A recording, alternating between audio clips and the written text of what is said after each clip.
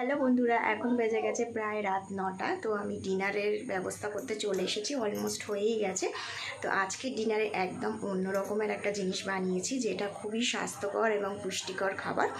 তো চলো তোমাদেরকে দেখাচ্ছি। এই দেখো, এটা কি বানিয়েছি বলো তো। এটা হচ্ছে চিকেন স্যুপ। এই দেখো, চিকেন দিয়েছি এখানে 5টার মতন আছে। আর এই যে বড় বড় করে পেঁপে, এই যে গাজর দিয়েছি, বিনস দিয়েছি, আর এই যে আলুও দিয়েছি। এই যে চিকেন,